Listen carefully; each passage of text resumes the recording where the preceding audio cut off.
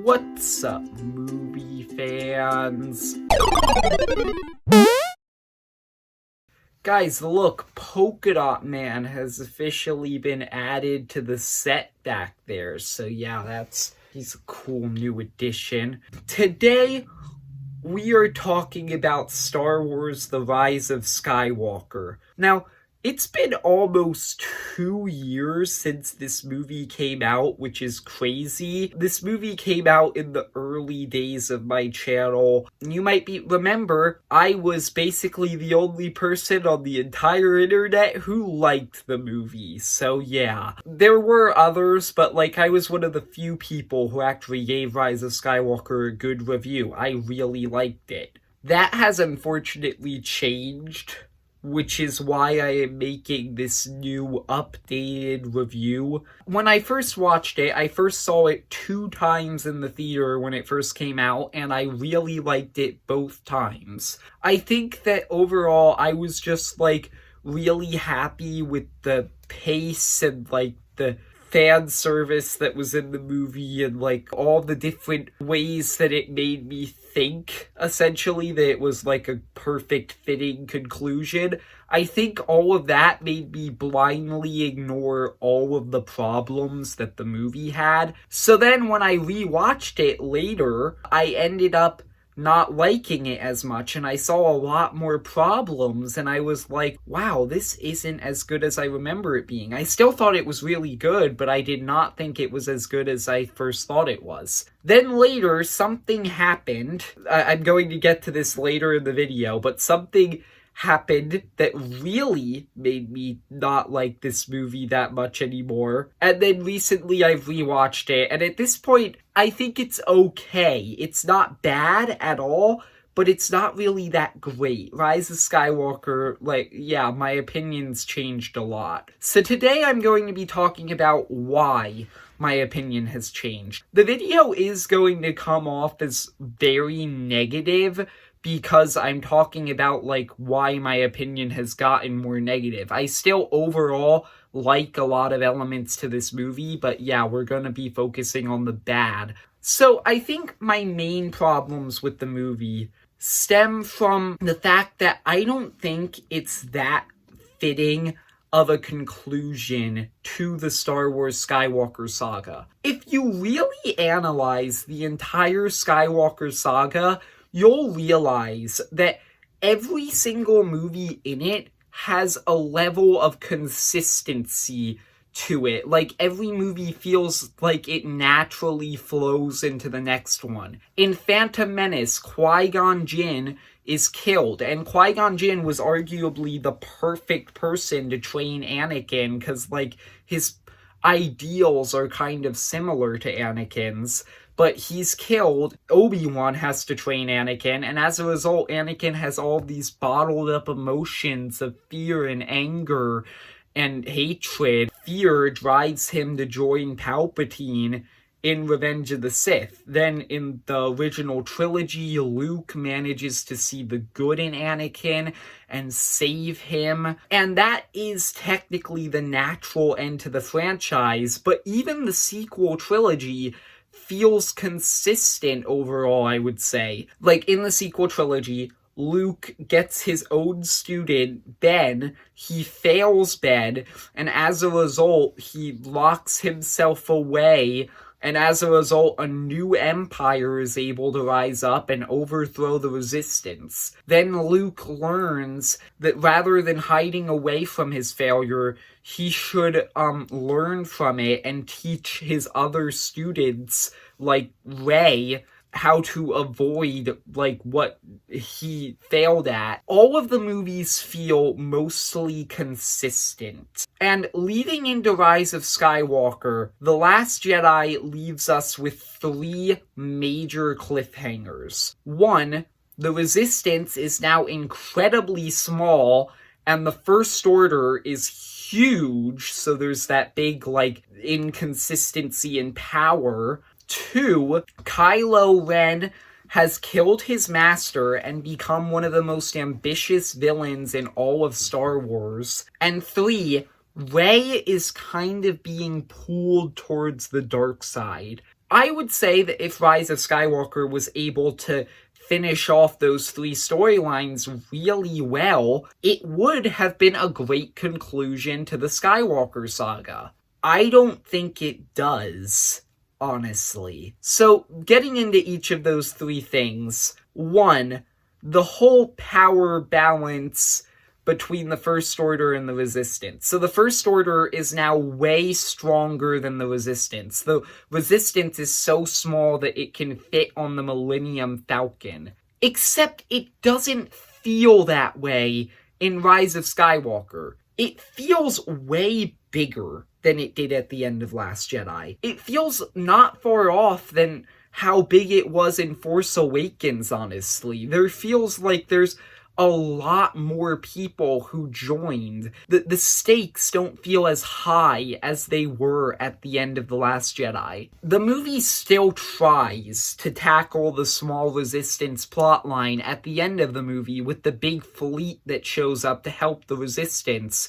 It doesn't feel earned, mostly because the movie spent hardly any time setting it up. All it had was one conversation between Zoe Bliss and Poe, where they talked about how nobody came to help during the final battle of Last Jedi, and that's it. So the final battle of Rise of Skywalker, where all the ships show up, doesn't feel earned, because the movie hardly spent any time making you care about that plot line. So I don't think that it continued that plot line very well.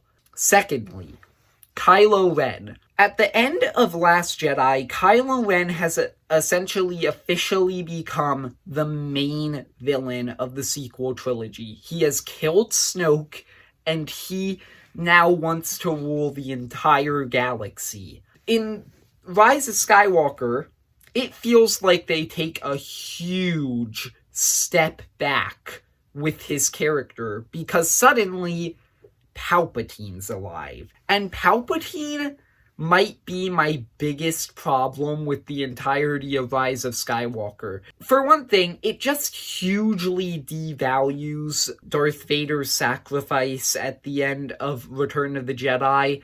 And for another thing, Palpatine being alive and suddenly being the main villain of this movie feels like it devalues Kylo's growth in Last Jedi a lot. At the end of Last Jedi, Kylo Ren became the supreme leader of the First Order. He decided he didn't want to follow orders from anybody. And now in Rise of Skywalker, he has to follow orders from Palpatine.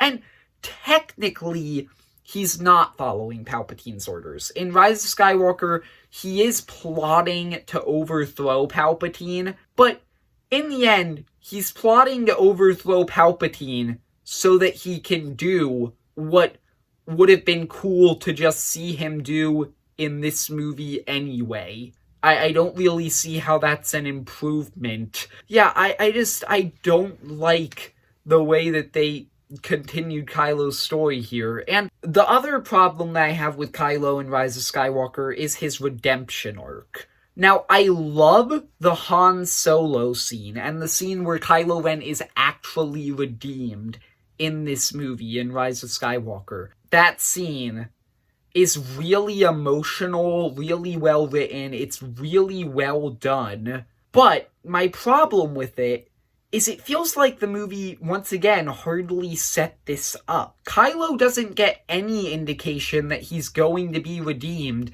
in the movie until it happens. Throughout the whole movie, he feels like a main villain until suddenly he's just suddenly redeemed. Like, it doesn't feel like it had any setup. All of the emotion that you feel in the scene where he's redeemed is more from Force Awakens than it is from this movie. Overall, Kylo's plotline was also not that well handled in this movie. So finally, we have the Rey plotline. Now, with Rey, I think that the way that she is being pulled towards the dark side by the end of Last Jedi is really great. In Last Jedi, essentially what happens is Kylo convinces her that she is nothing, that she means nothing to anybody. Like, nobody over on the Resistance cares about her,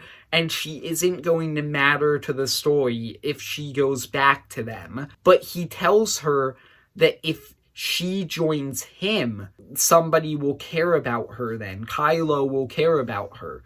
So, like, he's manipulating her to the dark side. And when Rey makes her decision to join the Resistance, it feels kind of temporary, honestly. It feels like she's still thinking about it. So Rise of Skywalker has a lot to work with. But it doesn't really.